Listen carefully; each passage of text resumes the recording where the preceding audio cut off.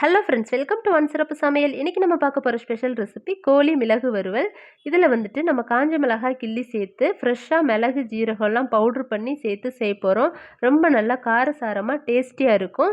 இது சாம்பார் சாதம், ரச சாதம், தயிர் சாதம், அப்புறம் ஒயிட் ரைஸ் கூட எல்லாத்துக்கூடயும் ரொம்ப நல்ல காம்பினேஷனாக இருக்கும். ஈவன் சப்பாத்தி கூட சைடிஷாக வச்சு நம்ம எடுத்துக்கலாம். ரொம்ப ரொம்ப டேஸ்டியாக இருக்கும். அதே டைமில் ரொம்ப சுலபமாக செஞ்சு முடிச்சிடலாம். வாங்க ரெசிபி எப்படின்னு பார்க்கலாம். அதுக்கு ஃபஸ்ட்டு ஸ்டெப்பாக அடுப்பில் கடாய் வச்சுட்டு நல்லெண்ணெய் சேர்த்துக்கலாம். எண்ணெய் நல்லா சூடானதுக்கப்புறமா ஒரு 10 to 15 வரமிளகாயை விதையை நீக்கிட்டு எடுத்து சேர்த்துக்கலாம். அது கூடவே 2 கொத்து ஃப்ரெஷ்ஷான கருவேப்பிலையும் சேர்த்து பொரிஞ்சதுக்கப்புறமா ஒரு 150 கிராம் சின்ன வெங்காயத்தை தோல் நீக்கிட்டு இந்த மாதிரி 1 2 கட் பண்ணி வச்சுருக்கோம். அதையும் சேர்த்துட்டு நல்லா வதக்கி விட்டுக்கலாம். இந்த டிஷ்ஷுக்கு வெங்காயம் கொஞ்சம் அதிகமாக சேர்த்துக்கணும். அப்போ தான் டேஸ்ட் ரொம்ப ரொம்ப நல்லாயிருக்கும். வெங்காயம் இந்த அளவுக்கு வதங்கினதுக்கப்புறமா அதில் சிக்கன் நல்லா மஞ்சத்தூள் உப்பு போட்டு வாஷ் பண்ணி எடுத்து வச்சுருக்குறோம். அதையும் சேர்த்துக்கலாம். சேர்த்துட்டு நல்லா கலந்து விட்டுறலாம். அது கூடவே 1 ஸ்பூன் இஞ்சி பூண்டு பேஸ்ட்டு சேர்த்துக்கலாம். நான் இஞ்சி பூண்டை தட்டி சேர்த்துருக்கேன். ஒரு 6 பல் பூண்டு, 2 துண்டு இஞ்சி சேர்த்து நல்லா தட்டிட்டு சேர்த்துருக்கேன். நீங்கள் மிக்சர் ஜாரில் அரைச்சி கூட சேர்த்துக்கலாம்.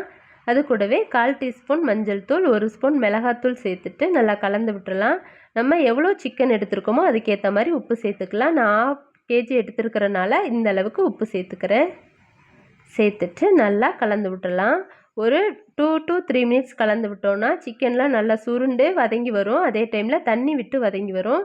பாருங்கள், ஒரு 3 மினிட்ஸ்க்கு அப்புறம் பார்த்தோன்னா இந்த அளவுக்கு நல்லா தண்ணி விட்டு வதங்கி வந்திருக்கு. இதில் ஒரு லிட்டு போட்டு க்ளோஸ் பண்ணி ஒரு 10 நிமிஷத்துக்கு வேக விட்டுறலாம். பாருங்கள், தண்ணிலாம் நல்லா விட்டு எண்ணெய் பிரிஞ்சு வதங்கி வந்திருக்கு. நம்ம தண்ணி எதுவுமே சேர்க்கலை, பட் ஆனால் இந்த அளவுக்கு தண்ணி வந்திருக்கு. இன்னும் கொஞ்சம் சிக்கன் வேகணும். அதனால் திரும்பவும் லிட்டு போட்டு க்ளோஸ் பண்ணி ஒரு 5 நிமிஷத்துக்கு வேக விட்டுறலாம். அது வெந்து வர டைமில் நம்ம மிளகு ஜீரகத்தை பவுட்ரு பண்ணி எடுத்து வச்சுக்கலாம். நான் இந்த மாதிரி கல்லில் 1 ஸ்பூன் மிளகு, 1 ஸ்பூன் ஜீரகம் சேர்த்து கொஞ்சம் கொரகொரப்பாக இடித்து எடுத்துக்க போகிறேன். நீங்கள் மிக்சர் ஜாரில் கூட சேர்த்துட்டு கொஞ்சம் கொரகொரப்பாக பல்ஸ் மோடில் விட்டு அரைச்சி எடுத்து வச்சுக்கோங்க. இப்போ நம்ம ஆல்ரெடி வேக வச்சுருந்த சிக்கன் வெந்துருச்சான்னு பார்க்கலாம். பாருங்கள், நல்லா தண்ணிலாம் வற்றிட்டு சிக்கன் நல்லா வதங்கி வந்துருச்சு. இப்போ இந்த ஸ்டேஜில் நம்ம பவுட்ரு பண்ணி எடுத்து வச்சுருக்கிற மிளகுத்தூள் சேர்த்துக்கலாம். நம்ம முன்னாடியே காஞ்ச மிளகாய் கிள்ளி சேர்த்துருக்கோம், மிளகாத்தூள் சேர்த்துருக்கோம். அதனால் மிளகு வந்து கடைசியாக பார்த்துட்டு சேர்த்துக்கோங்க. நான் வந்துட்டு ஒரு 1.5 ஸ்பூன் அளவுக்கு சேர்த்துக்கிறேன். மிளகு காரம் தூக்கலாக இருந்தால் இந்த ரெசிபிக்கு ரொம்ப ரொம்ப டேஸ்ட்டாக இருக்கும். சேர்த்துட்டு நல்லா கலந்து விட்டுடலாம். மிளகு சேர்த்துட்டு ரொம்ப நேரம் கலந்து விடணும்னு அவசியம் இல்லை. ஒரு நிமிஷத்துக்கு நல்லா கலந்து விட்டுக்கோங்க.